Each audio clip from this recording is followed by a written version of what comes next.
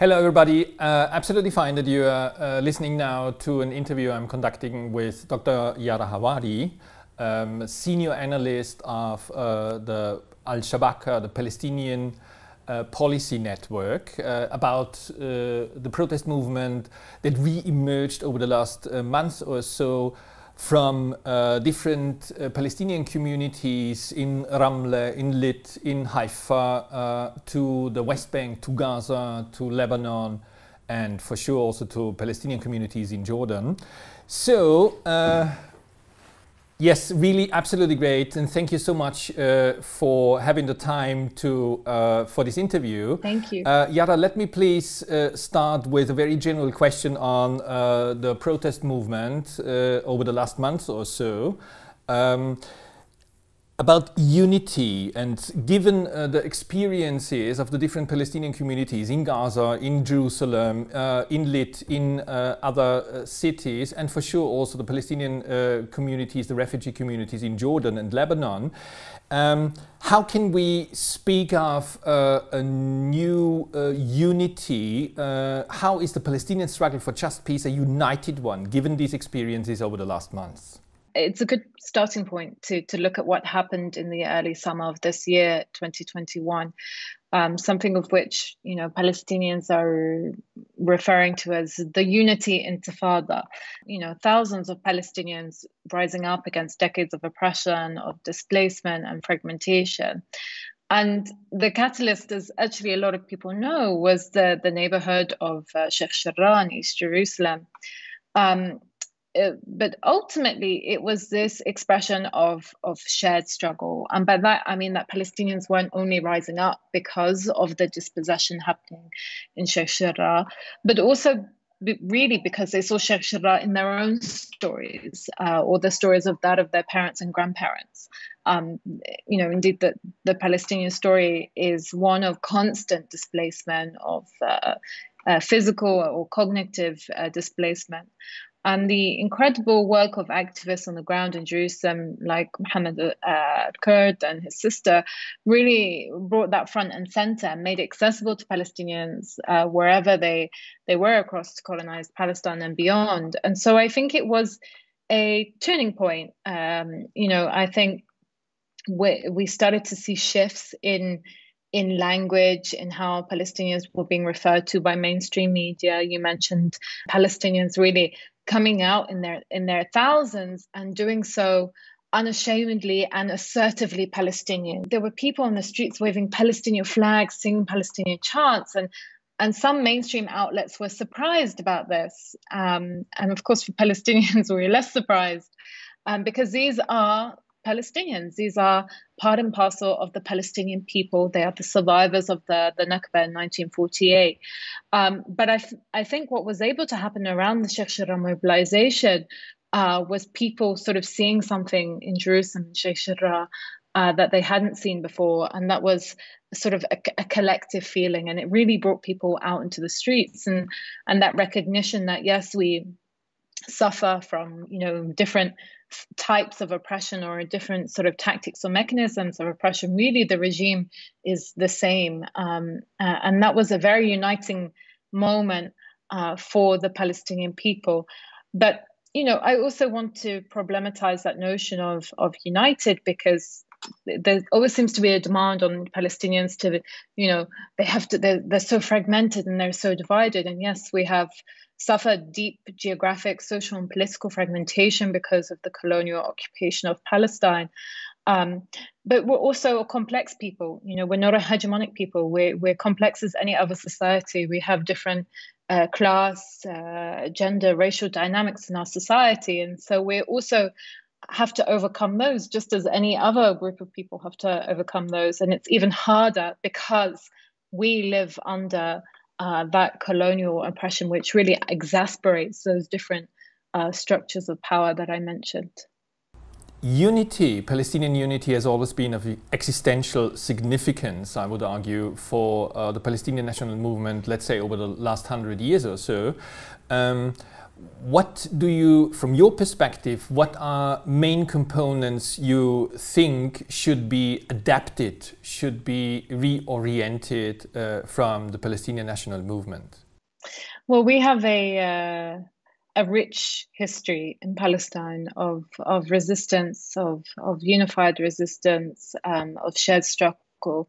And I think it's imperative that we draw upon that history. We don't have to, necessarily reinvent the wheel for everything. We have such fantastic examples from, for example, the first Intifada period, where there was a grassroots collective leadership that really decided by consensus. It was a revolutionary form of democracy, and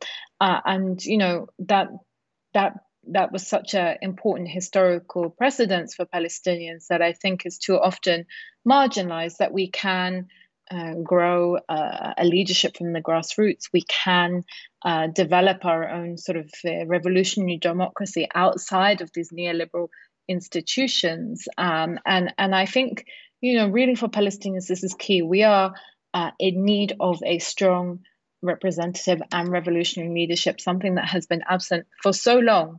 Our current leadership doesn't even claim to represent all Palestinians anymore, and it is completely subservient to the Israeli regime, so much so that it's often referred to as a subcontractor of the Israeli occupation, because it carries out the dirty work of the occupation.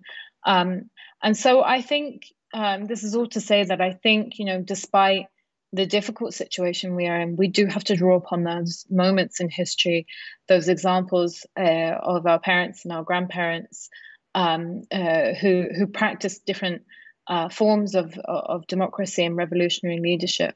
Let me bring back in the issue of the PLO, the Palestine Liberation Organization, as an umbrella. And for sure, you also mentioned the first Intifada as one of the rich legacies that could be and should be adapted to today's situation. There are many who argue that the PLO should be renewed. What do you think about that idea? How shall the new movement deal with the PLO? The PLO, as it stands today, has been totally subsumed by the Palestinian Authority. You know that as well as I do. And so it really exists these days only as a symbolic function. It doesn't behave or act as the representative of the Palestinian people. And that's, really one of the most devastating consequences of the Oslo process. Was the creation of the Palestinian Authority. So I think it is imperative that we have either a revitalization of the PLO or a new representative body. For many Palestinians around the world, we are also a diaspora population. There are as many Palestinians outside of Palestine as there are inside of colonized Palestine. And so for many of those people, the PLO still retains that important significance and is still considered as the legitimate representative body of the Palestinian people. So for something to come in its place, it would take a lot of work and building up the trust of people. And I think, I'm not sure how that can be done, but for the PLO to be completely revived is also not an easy feat. The PLO is not blameless in what has happened to the Palestinian leadership. It's not that, it's sort of this happened against its will. This also happened on their watch and under their signage. They signed the Oslo Accords. And so I think whatever happens, our leadership has to become a representative one. It has to, acknowledge, put its hands up for the mistakes that it has made, and recognize that this is part of the liberation struggle. There is never going to be a perfect path to liberation, and this was a very unfortunate detour, a decades-long detour that we took. But I have to say, even though the PLO did represent in the 60s and 70s, was this umbrella organization and did manage to bring many different groups under its sort of umbrella.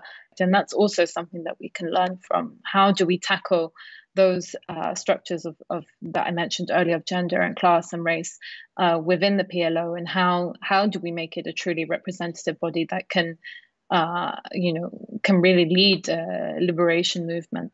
Just a very quick and the last question I have for this short interview. What role can international solidarity play in the whole process of renewal of the Palestinian movement? What do you think are necessary tasks for international solidarity? I think certainly in recent years there has been amazing solidarity and especially intersectional solidarity from a lot of different movements around the world. Many who have so bravely come out for the Palestinian struggle, and we have a lot ourselves to learn from these movements. In terms of sort of unity within Palestine and thinking about sort of internal Palestinian politics, the most important role that international solidarity has is to help to put pressure on governments and on policymakers to hold Israel accountable, so that there is that space for us to do that. Palestinians are very sensitive about international intervention in politics, because our politics is deeply being intervened all the time. We don't have a space that is free of international intervention. Even, our civil society is heavily funded by outside forces. The EU, the PA is mostly funded by the international donor community. So we don't have many spaces that are free of that international intervention, and that is a problem. And so I think the most important role that people who are truly in solidarity with the Palestinian struggle, the most important role for them to play is to help create the spaces in which Palestinian politics can flourish, in which Palestinian spaces for discussions and on unity, on leadership, and all those things can flourish.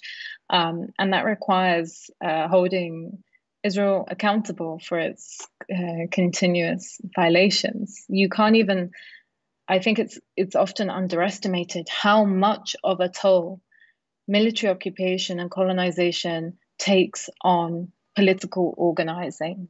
I know that people are often frustrated with Palestinians about why don't they do this and why don't they do that.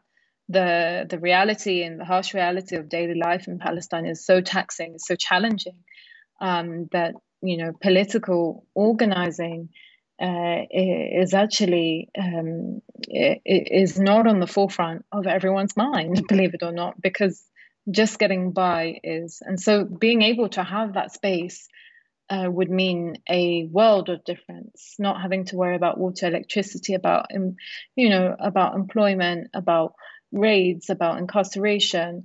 That would free up so much space for Palestinians to be able to organize. And that's why the Israeli regime is so successful at keeping Palestinians oppressed, because they bog us down with these, really